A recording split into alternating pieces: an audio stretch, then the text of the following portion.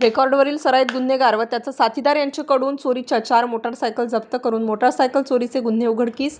गुन्हे शाखा युनिट 2ची कामगिरी. गुन्हे शाखा युनिट 2चे पोलीस अधिकारी व अंमलदार मोटारसायकल चोरीच्या गुन्ह्यातील आरोपी यांचा शोध घेत असताना पोलीस हवालदार मनोहर शिंदे व पोलीस अंमलदार महेश खांडबहाले यांना गुप्त बातमीदारामार्फत माहिती मिळाली की एक इसम चोरीची विना नंबर प्लेट असलेली HF डिलक्स मोटारसायकल विक्री करण्यासाठी गोदावरी नदीवरील श्री रामदास स्वामी पूल टाकळी रोड नाशिक येथे येणार आहे. अशी बातमी मिळाल्याने गोदावरी लॉन्सच्या पुढे रामदास स्वामी समर्थ पूल टाकळी रोडकडे जाणाऱ्या रस्त्यावर सापळा लावून सौरभ रामा सातोटे यास ताब्यात घेऊन त्याच्या ताब्यातून 25,000 रुपये किमतीची काळ्या रंगाची त्यावर सिल्वर व निळ्या रंगाचे पट्टे असलेली मोटारसायकल ही मोटारसायकल जप्त करण्यात आली आहे. तसेच आरोपीने दिलेल्या कबुलीवरून 40,000 रुपये किमतीची हिरो होंडा कंपनीची स्प्लेंडर मोटारसायकल तसेच 20,000 रुपये किमतीची HF डिलक्स मोटारसायकल तसेच 20,000 रुपये किमतीची एक विना नंबर प्लेट असलेली निळ्या रंगाची मोटारसायकल अशी काढून दिली आहे. अशा प्रकारे आरोपीने दिलेल्या कबुलीवरून 4 मोटारसायकल जप्त केल्या आहेत. त्यांच्याकडून एकूण 1,05,000 रुपये किमतीचा मुद्देमाल जप्त करून खालील गुन्हे उघडकीस आणलेले आहे.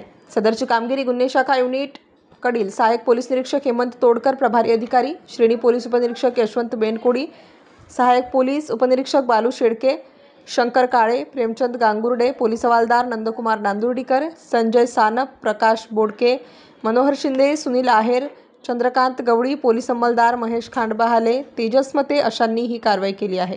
स्टार न्यूजसाठी मोहसिन पठाण, नाशिक.